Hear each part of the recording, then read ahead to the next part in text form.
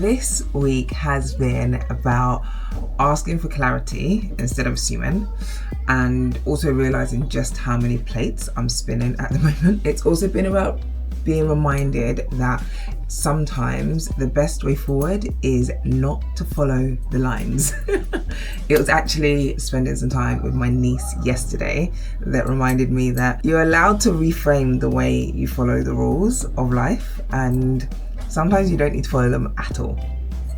There was also a bit of a discovery in my own flat, which it was really cool to realize that there's things that you just don't even realize are there, and understanding my values, or kind of like reevaluating my values. That's been something that I've been exploring this week too. My name is Tijani. This is the weekly Unfold, my space to really kind of explore the asks, the failures, the gratitude, and just the reflections that help me grow through this life 1 week at a time. Kids are screaming outside, and apologies because I don't have a mic, so I hope you can hear me okay.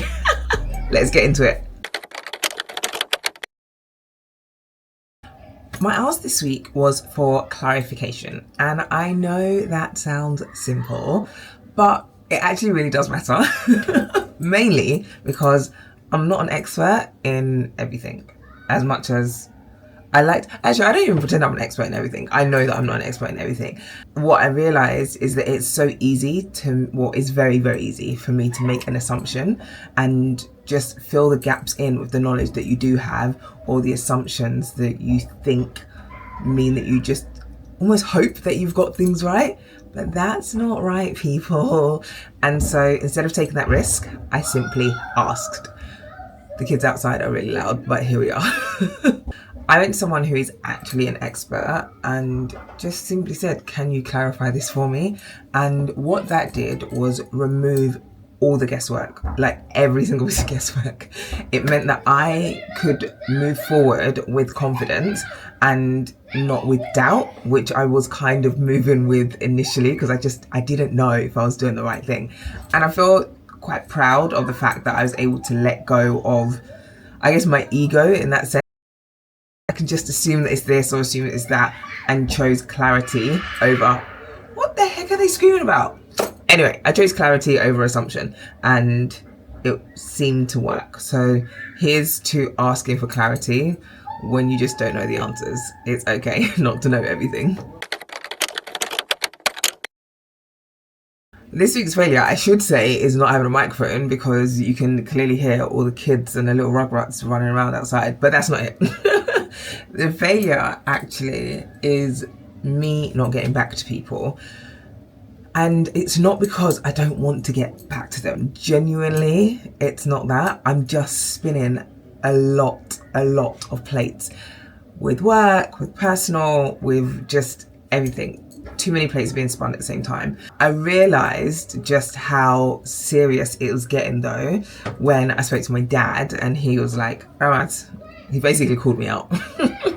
He's like, Ramat, last week you said you were going to send me the thing and you didn't send the thing. And I was like, that work is wild right now, and there's some other bits that he just has no context about anyway that I'm doing in my personal life. And I was like, babe, there's just so much that I'm dealing with, so it's not intentional, but I will get there. I promise I will get there.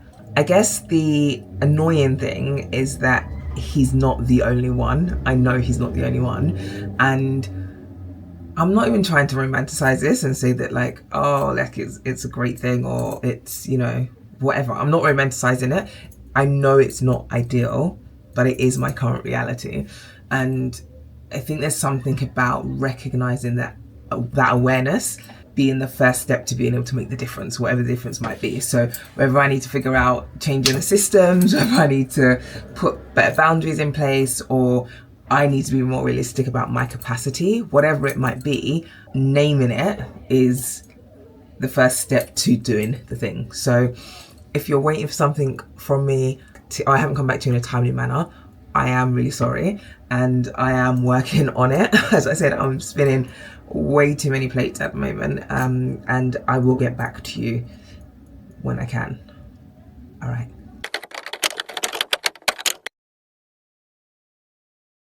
Colour outside the lines. I was with my beautiful niece, Layla, yesterday, and she's like 2.5 now, and I was assigned the role of entertainer and art teacher for the day. And as we were colouring in like her books, and she had like a little bag that she could colour in, I noticed that she just wasn't concerned about colouring in the right way, whatever the right way is supposed to be. She wasn't staying in the lines, she was colouring over colours with new colours, she was doing her own thing. Layla was having a field day. And it just got me thinking that somewhere along the way, we were kind of taught the right quote unquote way to do things, the rules that we have to follow to get to wherever it might be or whatever it is we want to do. And it got me thinking that actually, if we follow the rules exactly as everyone else is following the rules, then the outcomes are likely to be exactly the same, if not very similar to everyone else's outcomes, right? And so maybe there's something in the fact that if you do things your own way, or if you kind of bend the rules, or you kind of colour outside the lines, you might end up doing things differently or getting a different result, right? And I'm not saying like break the law and do things illegally. No, there are certain rules and laws that we have to follow, people. But in general, when we're trying to find a way to do something, whether that's, I don't know, looking for a new job, or that's building a business, or that finding a new activity that you want to explore, maybe if you try approaching it in a different way that isn't conventional, you might get different results. Who knows? Worth considering.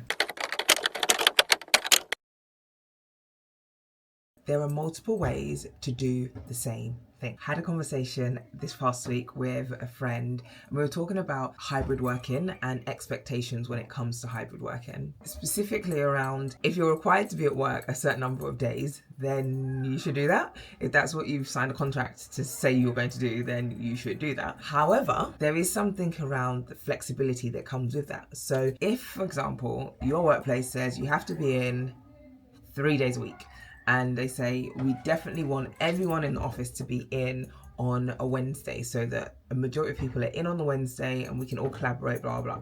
But the other 2 days, you choose. You get to decide what those 2 days are. You can decide to come in on the Monday, Tuesday, Wednesday. You could decide you want to come in on the Wednesday, Thursday, Friday. You could decide that you want to come in on the Monday, Wednesday, Friday. Like, there's so many different ways in which you can still achieve coming in 3 days a week that might suit what you need and allow you to be flexible still. If your whole thing is you don't want to come in at all, then you need to find a role that says you're not working at all in the office. It's a remote role. But if what you've agreed to is that you're actually going to come in 3 times a week, or 3 times a week, and there's only one day where you can't, they don't want to be flexible and they're saying this is the day you have to come in, then do it, right? But there's multiple ways in which you can get to the end result. So I don't know.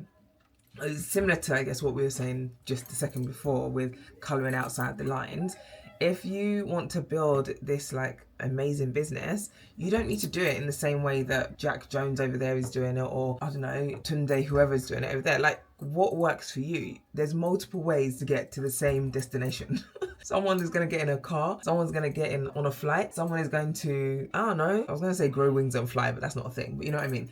Do what works for you. Feeling super grateful for unexpected discoveries in my flat.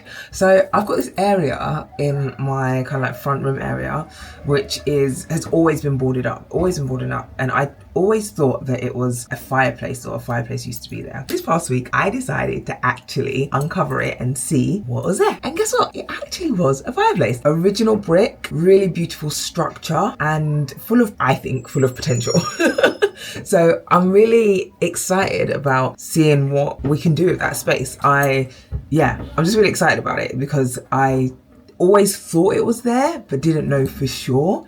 Now I know for sure. Don't you think there's something really cool about like uncovering something that's been there all along? Maybe I'm thinking too much into it, but even within ourselves, I often say to people, the version of you that you're craving to be like already exists within you. And so, you know, it might take a certain thing to help you uncover it, but once you do, world is your oyster, baby. So yeah, I'm really excited to see what I can turn it into.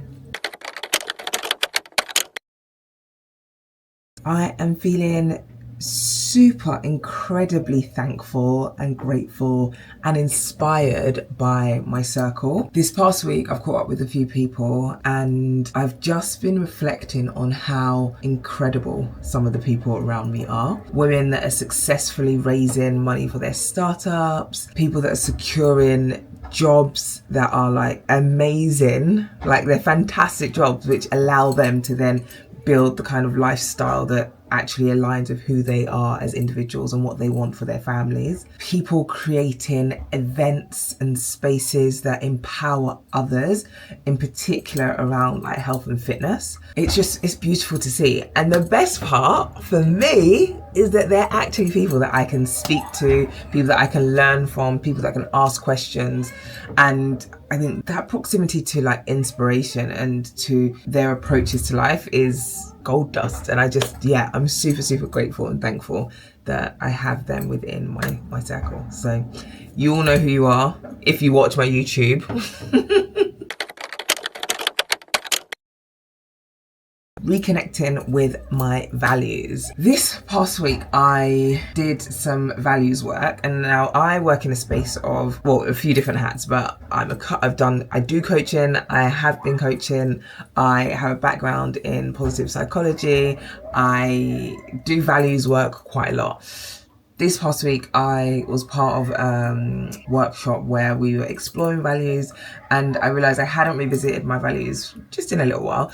This time, in looking at the kind of lists of potential values, and it was only a list of maybe 25, and I've seen like much bigger lists before. I think Brené Brown has an example of like 50 different ones. So there's so many different types of values, right?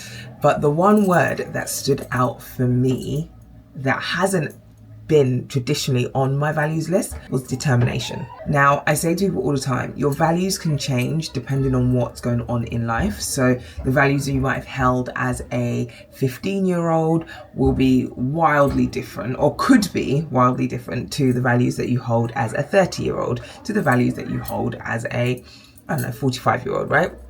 So many differences, but ultimately some of your core values will stay the same, and even if they don't, like, that's okay. But for me, determination has never been one that has like really taken pride and place in my values. So it was interesting to see it there, bright, bold, and just loud. And I was talking to Annette last week, and she was saying, nah, like when you put your mind to something, you proper go for it. She was like, that's one of the things that I've always loved about you. And I was like, oh, like I hadn't really thought about it, but actually in the last couple of months there's been a couple of things where I've been like, this is what I'm going to do. I don't know how long it's going to take me. I don't know where it will take me. I don't know how I'm going to do it, but this is what I want to do.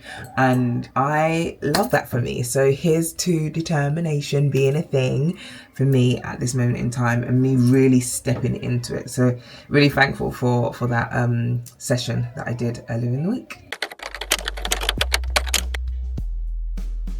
Looking into week 13 of 32, or 52, excuse me.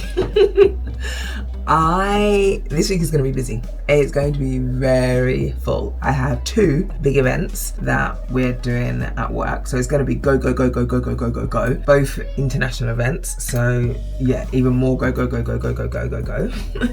And for me, events are never just events. They're experiences for the attendees who we're inviting, for the stakeholders that are involved with like bringing the event together, that have a say in like what the output of the event might be or what they want for the event. So, you know, loads of different stakeholders. But then also for the volunteers, I want the volunteers that are involved in my events and experiences to really come away feeling like, oh, I loved working on this piece. I'd love to do it again. So it's a big experience, and that requires a lot of work. So I am looking forward to bringing these experiences to life with the help of some amazing people.